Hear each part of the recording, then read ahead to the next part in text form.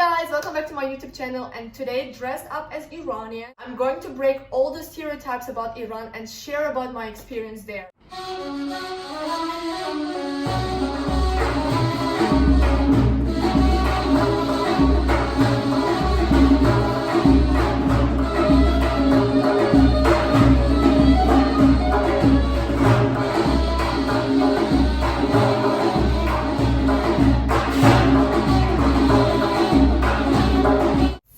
It is a country of women in black. Well, you see, I visited Iran when I was 5 years old, when I was 15 years old, and when I was 22 years old. So during these times, I could actually see dramatical changes in the dress code of women.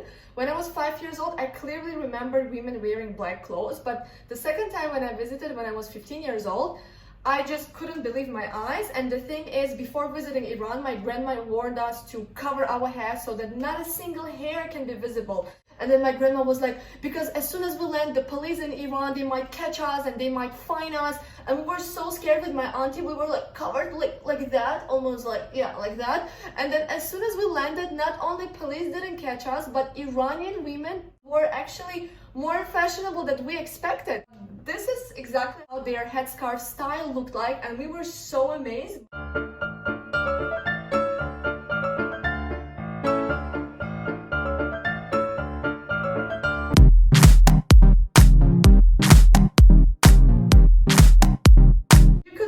Half of their hair is great because that represents their style, that represents how they can be fashionable using this dress code. And I think that this is something that represents Iran and makes it even a little bit more charming for tourists. So I actually really enjoyed wearing this kind of style because it actually looked really stylish.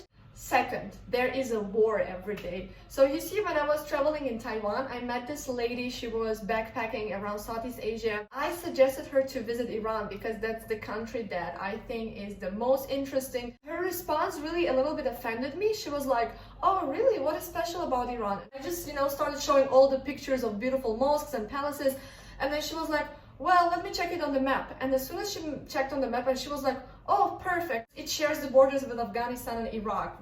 Definitely it's not going to be on the bucket list. You are supposed to be an open-minded traveler.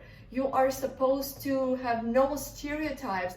And you're supposed to not to believe what media says about specific countries. Saying that you're not visiting Iran just because of the countries that it shares borders with is the same as refusing to travel Indonesia because it's surrounded by the ocean and you are supposing that there's tsunami happening every day. And third, Iran has sanctions. Well, I think that is actually true, and when you go to Iran, there's no way that you can find KFC, McDonald's, Magnum, ice cream. Like, as a traveler, why would you even need that? If I'm going to Iran, I would want to have a fully Iranian experience. It means I would want to try their authentic kebabs, saffron ice cream or pistachio ice cream. So this is the thing that you don't really have to worry about.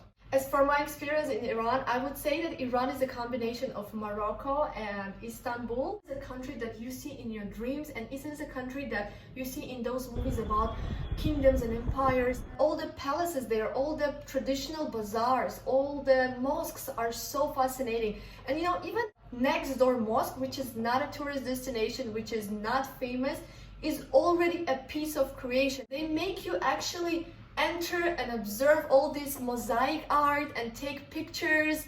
So for example, this is the regular mosque that I found while just walking by the streets, and it's not very famous. And what I'm saying by this is, if the regular mosque is already fascinating like that, can you imagine what would happen to the famous ones, the touristic ones? Well, the touristic ones are actually designed with the little pieces of mirrors inside. They have all those beautiful and colorful glasses, and as soon as the shine rises, all those colors are spread inside the mosque, which is authentically beautiful, which is breathtaking. And Iran has so many traditional bazaars, so many traditional markets that represent this eastern country, that represent Iran.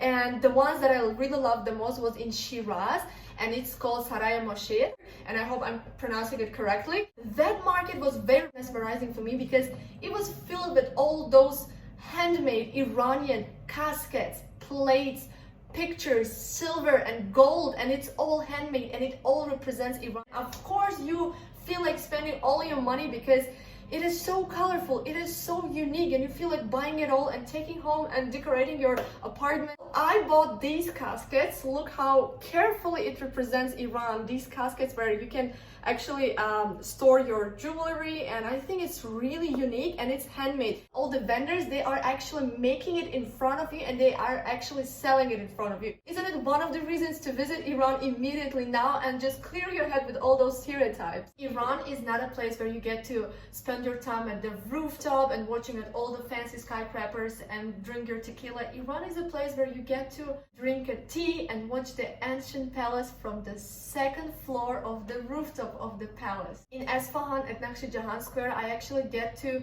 go to the rooftop of the palace and just observe the Naqsh-e Jahan at night and drink the tea and just enjoy this Eastern Iranian experience. And besides that, in Esfahan, so you don't get to shop at the fancy malls, you actually get to shop at the palace. So Naqsh-e Jahan, which used to be a palace, is like a mall, like an ancient mall.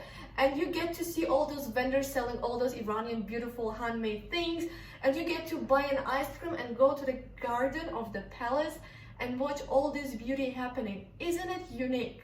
By the way, I need to warn you, it actually happened to me a couple of times. You might be just standing outside of the ancient mall and minding your own business or observing all this beauty, and suddenly a guy, a very handsome Iranian guy, might approach you, and then you'll be like, this guy is hitting on me, and that guy might be starting the conversation in a very intellectual way, maybe by quoting the famous Persian authors, and you'll be so mesmerized until he actually suggests you to go to his carpet shop. And I mean, if you have tons of money and if you don't mind buying an Iranian carpet, I mean, it's totally fine. You can follow to his carpet shop and buy one of those beautiful carpets. But if you are tight on the budget, well, you know what to do. You can also see a lot of beautiful carpet shops. And for example, this guy that I talked to, he actually could speak Russian, which I was very surprised at. Я люблю учиться русский. И я надеюсь, у нас будут много туристов из России, Таджикистан, добрые люди. It is a little bit weird. I just noticed like those butchers and bus drivers and like bakers, they are actually muscular, good looking, and you don't get to see this in other countries. Like, you don't get to see a very muscular, good looking young guy selling bread for you. It's really unique, I think. Besides all that beauty, Iran is also the hometown of the greatest ancient, prominent Persian authors such as Firdausi, Omar Khayyam, Saadi Sherozi, Hafiz Sherozi. And what is also amazing that the poem of Saadi Sherozi is the official poem of the UN headquarters in Geneva. And it says, human beings are members of a whole, in creation of one essence and soul. If one member is afflicted with pain, the other members uneasy shall remain. If you have no sympathy for human pain, the name of human you cannot retain. And what makes you lucky, especially if you are into the Persian literature, that the person who said these wise words used to live in Iran, and you actually get to visit the mausoleum, and you get to go to the garden where they used to live and write those beautiful poems, and you get to drink some cup of tea and just enjoy the palace of the prominent author of Persian literature. Now, as a person who visited Iran for 3 times, I would like to give you a little bit of suggestions. As a tourist, please bring a lot of cash. Cash, dollars. Because of the sanctions, it is impossible in Iran to use your credit card or debit card. Don't repeat my mistake, because back then I just brought $300 and I also brought my card. I was like, okay, in case it's not enough, I'm just gonna take some money from my card. And then it turns out that international banks, international cards cannot work there because of the sanctions. It's gonna be really easy for you to exchange at any exchange place. There is a possibility for you to use your debit card or credit card unless you make these really big purchases such as carpets and gold or silver. If you go to Iran, definitely visit those prominent big cities like Tehran, Esfahan, Shiraz, and yes, these cities, they have the most amazing history and culture. Valuable suggestion: if you visit Isfahan, make sure that you hire a professional tour guide. the one that would actually schedule and organize all your trips, and the one that would actually tell you all the history about every single palace. Because otherwise, if you visit the palace, you won't really have this idea of what are you visiting and what's actually going on. But with a professional tour guide that would tell you all the history and all the reasons why this place is ruined or why this place is decorated like this. And luckily I have the contacts of this amazing lady. Her name is Nasrin. At that time, musicians sit this place and plays instrumental music. And please look at the ceiling. Ceilings such as puzzle, put near together pieces of... There's an echo. I'm gonna leave her numbers on Instagram in here. Make sure that you contact her once you decide to visit Esfahan. I will never stop falling in love with Iran, and I will try as much as I can to spread this awareness of how beautiful Iran is, how safe it is, how many amazing, hospitable, and really kind people it has that would always make you feel safe. Let's spread this awareness together by sharing this video and letting people know what Iran is actually like, by breaking people's negative stereotypes and encouraging people to visit Iran someday.